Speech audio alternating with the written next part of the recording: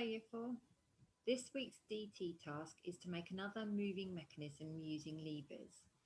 It's quite similar to the waving hands mechanism that hopefully you had a try at making the previous lesson, but it is a bit more challenging. So if you feel like you need to pause the video, rewind the video at any point, or if you make a mistake and you need to redo it, then that's fine as well. I certainly didn't get it right the first time that I tried it either. So the one that we're going to be doing today is called Snapping Crocodile, and I'll show you the document that should be in your home learning pack for this week.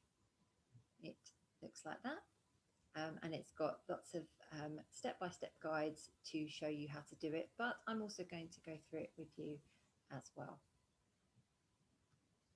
Okay, so the first thing that you're going to need is some resources. So you're going to need some cardboard. Again, I'm just using a cereal box, a ruler, pencil and some scissors, some sticky tack, split pins if you've got them. However, food ties that come with food bags are really good for this task as well if you don't have any split pins. Okay, so if you go ahead and get your resources, and then I'll meet you back here for the first step. Okay, so step 1, 2 and 3 are to make the cardboard strips for your moving mechanism, and they each have their own measurements. So use your ruler here, and the first one, strip A, is 2 centimeters. And as you can see, I'm going right up to the edge of the cardboard to make it nice and easy. I don't want to do too much cutting unnecessarily. And then I'm going to measure it by 6 centimeters across.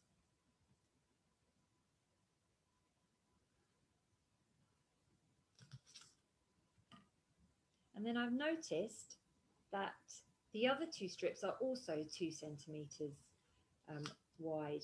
So I don't need to measure the 2 centimeters out again. I can use the 2 centimeters guide that I've got there, and I just need to measure out the lengths across. So B is 8 centimeters long. So I'm just going to draw a line to 8 centimeters and then draw up to connect to the top. And then strip C is 9 centimeters. And I've just got enough there to go across to the 9 so that I don't need another bit of card, and then up. So I'll show you what that looks like.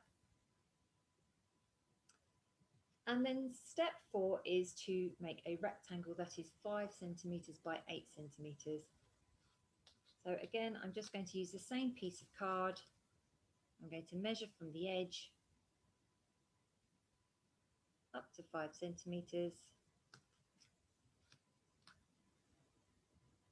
down from 0 to 8 centimeters, and then back across. And then I'll show you what that looks like. Okay. So as you can see, I've tried to use the edge of the cardboard wherever possible to minimize the amount of cutting that I need to do. So now I'm going to go ahead and cut these out. You can cut yours out, pause the video, and I'll meet you for the next step. So now that you've cut them out and you've got your 4 bits of card, A, B, C and D, you just need to move D out of the way for the minute because you don't need that one just yet. So as you can see in step 5, it shows you that A connects to C. So we're going to need to go ahead and make some holes again using sticky tack and a fairly sharp pencil. Now A, it shows you to make a hole, tells you to make a hole at the end of a piece of card.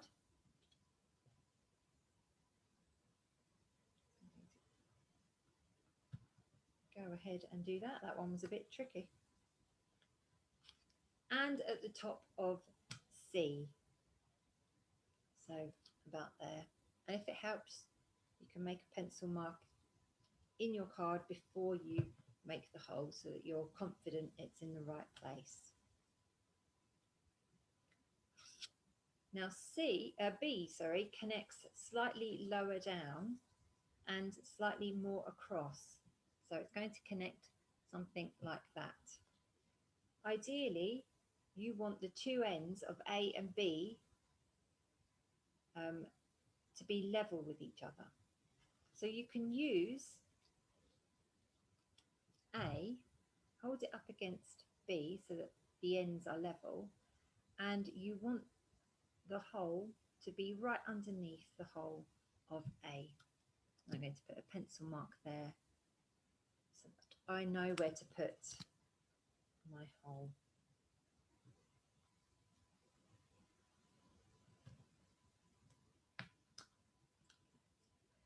And then for C, the hole where B will connect to, that's roughly about 4 centimeters lower than the hole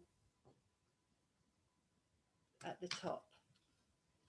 And these are just rough measurements. It doesn't have to be exactly to the millimeter.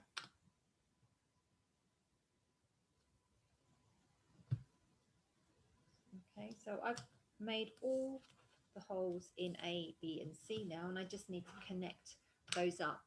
Now, as I said before, great if you've got split pins, then they will work really well. If you don't have them, you can use these food ties, but just be careful not to twist them really, really tight because the cardboard needs to move a little bit. So do them up nice and securely, but not too tight. If the cardboard doesn't move, then just release it a little bit. Now, because I've got a cereal box that I'm using, I have a coloured side and a plain side.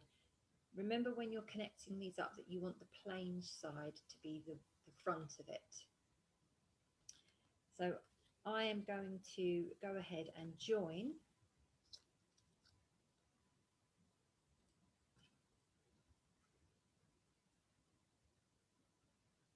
my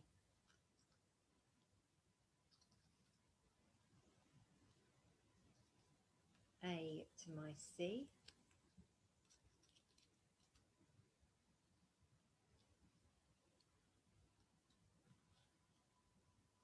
As the instructions show.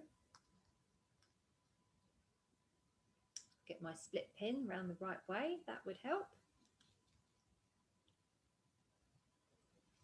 There we go. And then I'm going to join my B strip to my C strip, again, making sure that it's around the right way.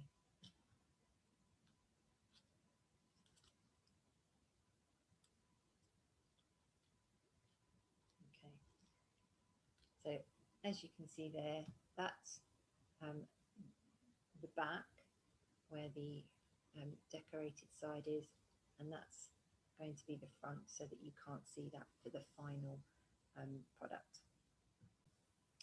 So now we're ready to move on to step 6, and you need your section D for this part.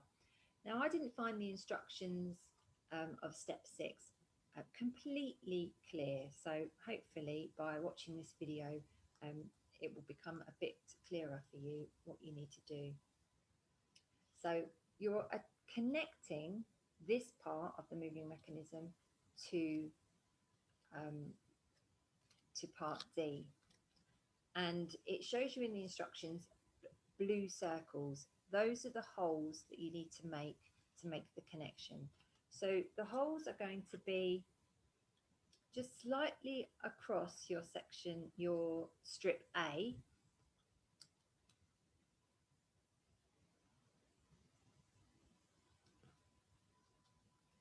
and then just on this end of your section B.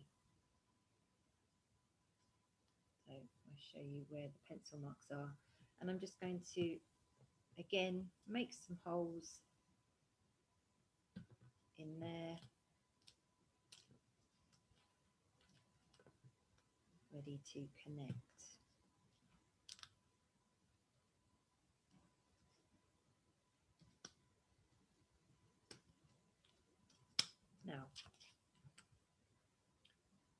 best technique I found for doing this next part, where you make the holes into section D, is to use my pencil and actually put my pencil through the hole that I've made and make a pencil mark on section D, and do that for the top one and also for the bottom one. Slightly easier when you're doing it down on the table. So if I take that off now, I can see the pencil marks that I've made, and that's exactly where I need the holes to be. So I'm going to go ahead and make those holes.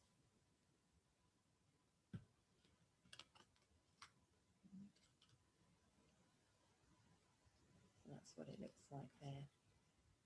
And then I can need to connect it up again with split pins if you've got them, or food ties if you don't. Now when you get to this part, you need to make sure that your split pins, if you're using them, are coming from what will be the front of your product to the back. The reason why will become clear, but definitely because it looks neater. So through section D into that hole in section B.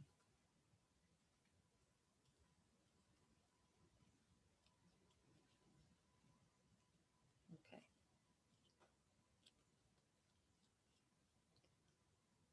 Now I'll show you what that looks like there. Now I know it doesn't look too much like a crocodile at the moment, but it's a good idea at this point just to check that your moving mechanism works as it should do. And what you want to happen is for these two parts, A and B, to move closer together when you pull down C. So pull C up and down should move the mouth parts A and B closer together. And hopefully you can see how that can become your snapping crocodile. So fantastic if you've got to that point. Don't forget, pause the video to catch up at any point. Okay, so at this point you can now begin making your snapping crocodile, and you can cut out some triangles actually on strips A and B. It does say in the instructions that you can attach some teeth, so you can do that as well. You can make teeth out of something else and glue those on. I decided to make my teeth by cutting into the cardboard that was already there. This can be a bit tricky, so make sure that you are always pointing your scissors away from you while you are cutting. But I found this had quite a good effect. And then when you've finished making the teeth, then time to decorate, get some colours out. Whatever colour you want your snapping crocodile to be. Here's one that I tried earlier with using the food ties, just to show you that it works with the food ties as well. And I've cut my teeth there out of the cardboard, and I've had a go at colouring it in, but not quite finished yet. And you can see with this one, with the split pins, that this split pin acts as an eye. If you have used food ties, then you can colour this in and you can make an eye, you can draw an eye on to disguise that food tag that's there. Okay, and that's it. Good luck with it. I hope you have lots of fun. Once you've tried it, you can obviously make as many different ones as you can, and it doesn't have to be a snapping crocodile. You could do a bird tweeting, you could do a dog barking, you can add some ears, or you can add some wings. It's absolutely up to you. It's almost like having your own little finger puppets. So have lots of fun with it, and I can't wait to see some of what you've made later in the week. Bye.